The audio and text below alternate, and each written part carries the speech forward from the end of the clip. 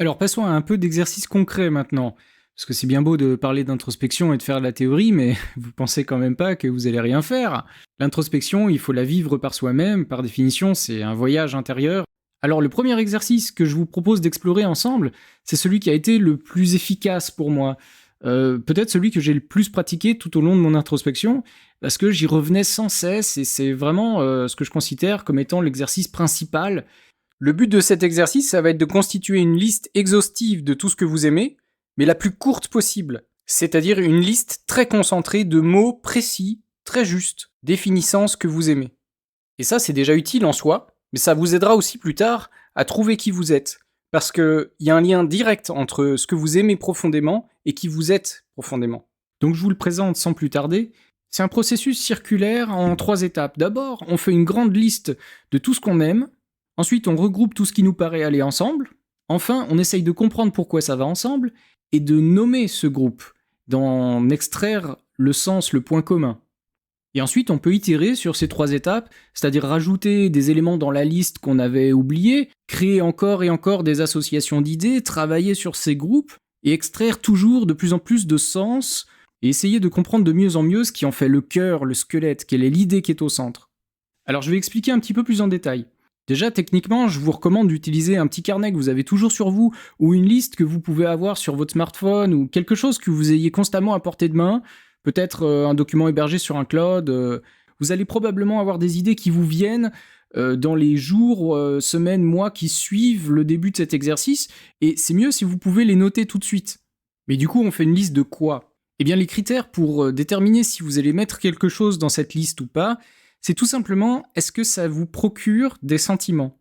Mais je pense particulièrement aux sentiments profonds, pas juste les sentiments superficiels où, par exemple, il y a un truc qui saute à l'écran, ça vous fait peur, et ce genre de sentiments nous intéresse pas parce que, comme je viens de le dire, ils sont superficiels.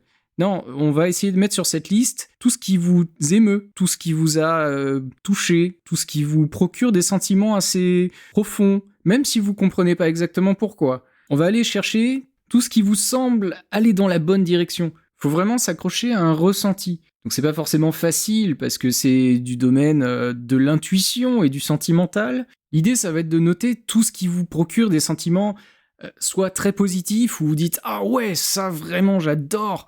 à chaque fois qu'il y a ça, j'aime trop. Ça, vraiment, ça va vous transporter, vous poigner. Vous sentez que ça vient toucher quelque chose à l'intérieur, quoi. Et à contrario, il est très intéressant de noter aussi tout ce qui vous procure un sentiment négatif, tout ce qui vous énerve, qui vous agace, où vous ressentez un sentiment de rejet profond, un dégoût, une peur, une crainte, une angoisse, mais encore une fois, qui soit pas superficiel. Comme par exemple, vous regardez un film d'horreur, il y a un truc qui saute à l'écran, ben ça, vous notez pas. Par contre, si vous aimez beaucoup ce film et que vous pouvez pas vous empêcher de le regarder quand même, et vous vous dites, bah, je comprends pas pourquoi, c'est un film d'horreur, d'habitude j'aime pas trop, mais celui-là, je peux pas m'empêcher de le regarder, je l'ai déjà vu 10 fois. Là oui, celui-là, vous allez clairement le mettre sur la liste. Vous voyez la différence. Ah oui, du coup, autre remarque importante, il est nécessaire de bien faire attention à enfoncer les portes ouvertes. C'est-à-dire, si quelque chose vous paraît évident, eh ben, il faut vraiment le mettre. Et c'est essentiel de bien mettre tout ce qui vous paraît évident, parce que souvent, c'est ça le plus important. C'est ça qui vous définit le plus. Plus quelque chose vous définit, plus ça va vous paraître normal, banal, facile et évident. Donc, vraiment, mettez sur cette liste tout ce qui vous paraît tellement logique que ça mérite même pas d'être dit. Eh ben si, en fait, il faut vraiment le mettre. Sinon, on pourrait tomber dans le piège de mettre les idées qui nous viennent quand on réfléchit uniquement. Vous voyez, si on réfléchit un peu, se dit « Ah, j'aime bien ça, et puis j'aime bien ça ». Et en fait, si on réfléchit trop, on va mettre dans la liste que ce qu'on aimerait devenir, et non pas ce que l'on est déjà. Ce que vous êtes déjà, il n'y a plus de travail intellectuel à faire dessus, puisque vous l'êtes déjà, donc le cerveau n'a rien à faire, et quand on lui demande de bien réfléchir à ce qu'il veut, à ce que vous êtes, il va avoir tendance à arriver à la conclusion de ce que vous voulez, ce que vous voudriez être, ce que vous aimez comme valeur, mais que vous n'incarnez pas vraiment profondément, etc. Or là, vraiment, on cherche ce qui est déjà en vous. Et mon postulat de base, c'est que le vrai soi authentique, il est là dès la naissance. Vous êtes déjà vous-même. Donc l'intégralité de ce que l'on cherche est déjà en vous, et peut-être déjà quasiment intégralement en train de s'exprimer. Donc tout en restant bien conscient de ces critères qui vont déterminer si vous mettez ça sur votre liste ou pas, je vous invite à explorer des thématiques assez évidentes au début. Alors déjà, le truc facile, c'est qu'on peut aller explorer les œuvres d'art. Vous pouvez noter quel est votre roman préféré, quel est votre film préféré et pourquoi. Et puis tout ce qui est jeux vidéo, albums de musique, séries télé, mais aussi pièces de théâtre, tableaux, peintures, sculptures, performances artistiques, les arts de la rue, tout ce qui peut vous toucher d'une manière ou d'une autre dans le domaine artistique. Et plus spécifiquement, ça peut être des personnages. Par exemple, dans ce manga, j'aime bien tel personnage en particulier. Ou dans ce roman, il y a ce personnage-là qui m'a plus touché que les autres encore. Qu'est-ce qu'il a de spécial ? Ça peut être une manière de parler, ça peut être une vision de la vie que ce personnage a. Essayez d'être le plus précis possible dès maintenant, mais sans perdre de vue que ça doit vraiment être ce truc-là qui vous soulève émotionnellement, quoi. Vous pouvez aussi explorer tout ce qui est du domaine des actions. Qu'est-ce que vous aimez vraiment faire au quotidien ? Ces petits gestes, vous savez, qui paraissent anodins, mais qui finalement font vraiment partie de vous et dans un sens, vous laissent pas indifférent. Si vous aimez sucrer votre café d'une certaine manière ou que vous faites un certain type de gribouillon à chaque fois que vous avez le téléphone à la main, eh bien, c'est pas anecdotique et... Soit vraiment ça vous laisse indifférent, auquel cas vous ne le notez pas, mais si ça vous procure un petit quelque chose, notez-le. Notez tout sans jugement de si ça paraît important ou anecdotique. Et ensuite, d'autres idées en vrac, vous pouvez explorer tout ce qui est du domaine des loisirs, des sorties, des voyages, de la vie quotidienne, les lieux que vous aimez, les bâtiments, des endroits du monde, des pays, peut-être un monument particulier, peut-être une culture, une habitude, un certain type de fête. Ça peut être une manière de décorer sa maison, un objet déco en particulier, ça peut être des couleurs, des formes aussi, des choses plus abstraites. Je connais quelqu'un qui aime bien les triangles. Je connais une autre personne qui aime bien les portes aussi, et le symbole que ça représente. Si vous aimez les escaliers, ou vous aimez le principe d'un objet qui est vraiment central dans un groupe, ou alors vous aimez systématiquement l'idée d'un mur d'enceinte protecteur, etc. Toutes sortes d'idées, plus ou moins abstraites. L'idée, c'est d'avoir une énorme liste de tout ce qui vous transporte, y compris les idées négatives. C'est très important de les noter aussi, parce que généralement, quand une idée vous déplaît, vous énerve, vous repousse, vous agace, c'est que c'est le contraire d'une idée qui vous plaît. C'est un peu comme les deux faces d'une même pièce. Et donc si une idée se présente à vous sous sa face négative, eh bien c'est très intéressant de la noter, parce qu'ensuite il suffira de retourner la pièce pour retrouver l'idée positive qui lui est associée.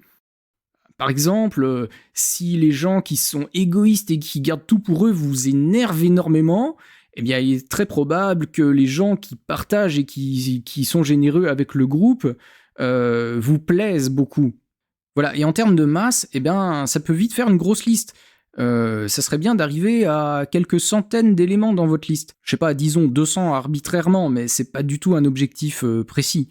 Alors, je peux vous donner quelques exemples en vrac me concernant. J'aime bien la carte du monde dans Super Mario World. J'aime bien le film Batman Begins, et notamment à l'intérieur, il y a cette réplique « Pourquoi une chauve-souris, monsieur ?» Et Bruce Wayne lui répond « Parce que j'en ai peur. Il est grand temps que mes ennemis partagent cette peur. » J'ai pas compris pourquoi cette phrase m'avait touché, mais je sais qu'elle m'a touché. Donc ça, je note sur ma liste. J'aime beaucoup le jeu de Go aussi, parce que je trouve que ça fait des formes et des structures magnifiques à partir de ces petites pierres noires et blanches, mais tout en restant assez simple et épuré en même temps.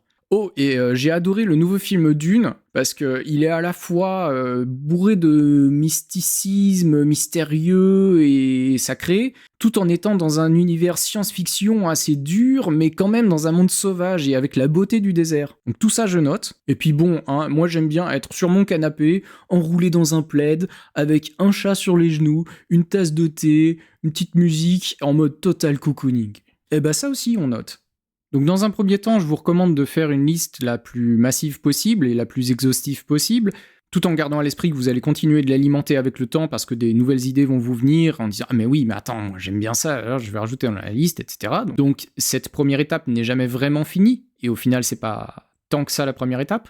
Et quand vous sentez que vous avez une liste de taille suffisante, vous pouvez amorcer la deuxième étape de ce processus, c'est-à-dire celle de regroupement. Donc là, ça va consister à relier ce qui va ensemble et de trouver quelle est la nature de ce lien, quel est le point commun entre plusieurs choses que vous aimez. C'est dans ce processus-là que vous allez chercher, par exemple, à retourner les sentiments négatifs en idées positives. Et c'est aussi dans cette étape du processus que vous allez essayer de comprendre quel est le lien, quel est le point commun entre différentes choses de cette liste. Donc, vous pouvez utiliser une liste, un tableau, une mind map, ce que vous voulez, du moment que ça vous parle et que vous arrivez à noter les noms des groupes. Vous regroupez ce qui va ensemble. Si vous sentez que quand vous nommez le groupe, ça devient une sorte de caricature, que vous avez perdu une partie de ce qui fait l'essence même de ce qui est à l'intérieur du groupe, eh bien c'est que c'est trop vague, ou c'est que c'est trop restrictif. Donc il faut arriver à faire l'exercice subtil de réduire tout un tas d'éléments à une simple étiquette ou à un groupe nommé. Le nom du groupe ne doit pas perdre une partie du sens de ce qui est à l'intérieur. Donc l'idée de cette deuxième étape, c'est vraiment de ranger la liste, puisqu'au début tout vous est venu en vrac, mais là on va essayer de mettre de l'ordre. Et un élément de votre liste peut se retrouver dans 2 groupes, dans 2 catégories, c'est pas grave. Voilà, une fois que vous avez suffisamment travaillé sur votre liste et que vous avez déjà pas mal de groupes qui se dessinent et que vous sentez que vous avez commencé à tout ranger plus ou moins, et que vous n'avez pas oublié grand-chose, vous pouvez commencer à amorcer le 3e mouvement de cet exercice, c'est-à-dire comprendre. Là, l'objectif dans cette 3e phase, ça va être de vraiment bien prendre conscience que vous êtes comme ça. Parce qu'au final, vous êtes en train, petit à petit, de construire la carte de qui vous êtes. Donc là, vous pourrez reprendre chaque groupe et vous dire, en fait, voilà, je suis quelqu'un qui aime vraiment ça. Je suis quelqu'un qui aime vraiment faire ça. Tous les groupes que vous avez réussi à constituer sur votre liste. Donc de bien conscientiser que vous êtes une personne qui aimait ça. Que ça vous définit profondément, que ça vous anime beaucoup, parce que ça vous laisse pas indifférent, c'était le postulat de base de l'exercice, et que du coup, c'est une part importante de qui vous êtes. C'est dans cette 3e phase aussi que vous pouvez essayer de comprendre pourquoi vous êtes comme ça. Parce qu'il est indéniable, désormais, que vous êtes comme ça et que ça fait partie de vous. Commencez à essayer de réfléchir au « Tiens, mais pourquoi je suis quelqu'un qui aime systématiquement la couleur rouge, par exemple ?» Ou pourquoi, comment ça se fait qu'à chaque fois que ça parle d'animaux de la forêt, vraiment, ça me tient à cœur. Et ça, on verra plus tard, spoiler alerte, que c'est parce que ça vient toucher les facettes fondamentales de votre personnalité. Et donc quand vous faites une des étapes, si vous avez envie d'avancer sur les 2 autres, faites-le. Si vous avez des nouvelles idées qui vous viennent pour compléter la liste et que vous êtes dans l'étape 3, vous pouvez quand même compléter la liste. C'est pas 1, puis 2, puis 3. Donc là, j'ai découpé en phase 1, phase 2, phase 3, mais c'est pas un truc parfaitement rigide et séquentiel.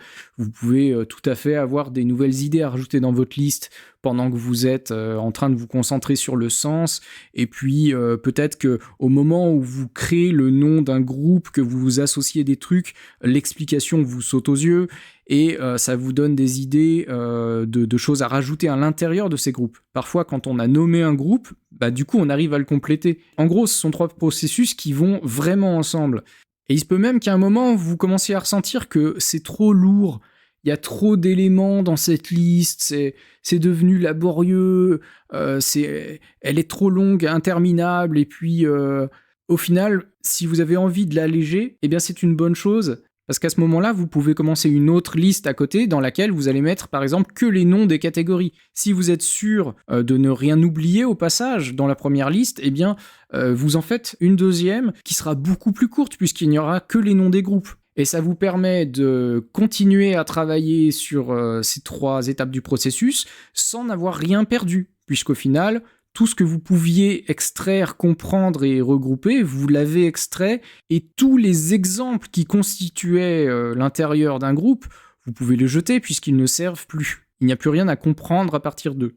Alors n'effacez pas totalement quand même la première liste, parce que, sait-on jamais, il peut y avoir des idées de groupe ou des compréhensions qui viennent sur le tard et qui peuvent vous donner un nouveau regard sur des choses que vous aviez notées et peut-être pas parfaitement comprises. Et peut-être que là, il va se dégager des groupes de groupes, des thématiques communes à certains groupes. Essayez d'extraire encore comme ça des points communs Et vous verrez que c'est moins facile qu'à la première itération, parce qu'il y a moins d'associations évidentes. Mais c'est possible quand même d'avancer, c'est possible d'en trouver encore. Donc en continuant ce processus, normalement vous devriez arriver à extraire un maximum de sens, d'authenticité, que vous n'aviez pas... j'ai l'impression de parler d'un presse-citron.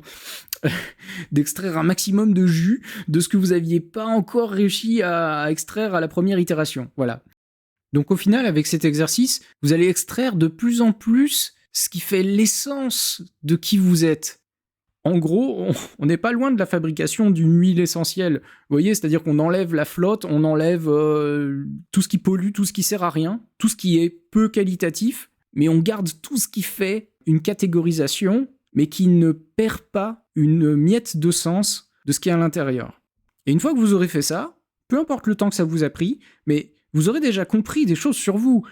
Vous serez passé normalement d'une liste de 200 éléments ou plus à peut-être 20, 15, 30, je sais pas, ça dépend de chacun. Normalement, ça sera déjà un peu plus clair de qu'est-ce que vous aimez vraiment et pourquoi. Ou en gros, il y aura une liste beaucoup plus réduite de ce que vous aimez et ça sera déjà un grand pas en avant dans l'introspection.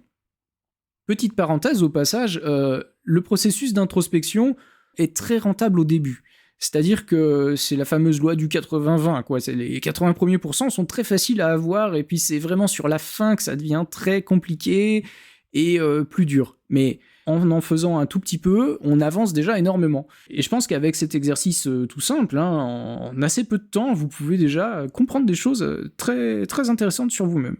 Si tant est que vous ne les ayez pas déjà comprises avant, puisque vraiment, ces notions-là sont très très profondément ancrées en vous et sont vraiment au cœur de tout ce que vous aimez. C'est ce que j'aime, dans ce que j'aime, dans ce que j'aime. Donc autant dire que là, c'est vraiment le fond du kiff. Et c'est génial d'étudier ça et de comprendre ça. Imaginez, quand vous allez comprendre l'huile essentielle de ce qui vous fait kiffer dans la vie, mais la valeur que ça a, c'est inestimable. Une fois que vous avez compris et conscientisé ça, déjà là, ça va vous servir. Déjà là, ça peut être rentabilisé. Ça fait que dès le lendemain, vous pourrez déjà commencer à voir le monde un peu différemment et à vous concentrer peut-être sur les activités qui vous plaisent et comprendre un peu mieux ah bah c'est pour ça que j'aime faire ça et c'est pour ça que j'aime pas faire ça. Ah mais c'est pour ça que j'ai toujours eu envie de faire du théâtre et c'est pour ça que j'aime bien ce peintre. Ah mais c'est pour ça que j'aime bien cet artiste. Ah c'est pour ça que mon film préféré c'est mon film préféré. Ah ok. Sans faire aucun effort, vous verrez déjà le monde différemment. Vous allez déjà commencer à mieux comprendre pourquoi vous aimez ce que vous aimez. Parce que vous l'avez tout simplement étudié. Et après, c'est top, parce que vous pourrez plus facilement choisir les œuvres, les activités, les amis, le travail, les études, tout ce que vous allez mettre dans votre vie, en fait. Ça va quand même, normalement, vous faire un grand pas en avant vers le bonheur, quoi. Ça vaut vraiment le coup, à un moment dans sa vie, de se poser et de faire ça, quoi. Et le plus tôt possible. Mais pour l'instant, c'est essentiel de faire cet exercice avec une grande sincérité, de rester honnête, authentique, conscient, et focaliser sur ce qui est profondément vrai en vous. Et encore une fois, comme je disais au début, si cet exercice tel que je vous le propose ne vous parle pas exactement et que vous voudriez le faire, oui mais la méthode me plaît pas, moi j'aimerais le faire un peu plus comme ça, allez-y, adaptez-le à votre sauce. Et même, j'ai envie de dire, si vous voulez l'adapter à votre sauce, notez ça dans un coin. Ah, j'ai voulu l'adapter de telle manière. Et pourquoi vous avez voulu l'adapter de telle manière ? Qu'est-ce que ça dit sur vous, quoi ? Est-ce que cette manière de l'adapter, ça rentre dans une des catégories, dans un des groupes ? Voilà. Donc cette vidéo va s'arrêter ici parce qu'elle est déjà suffisamment longue. Je vous ai présenté l'exercice que je trouve le plus intéressant. Je vais faire une autre vidéo pour présenter d'autres idées d'exercices. Alors à tout de suite.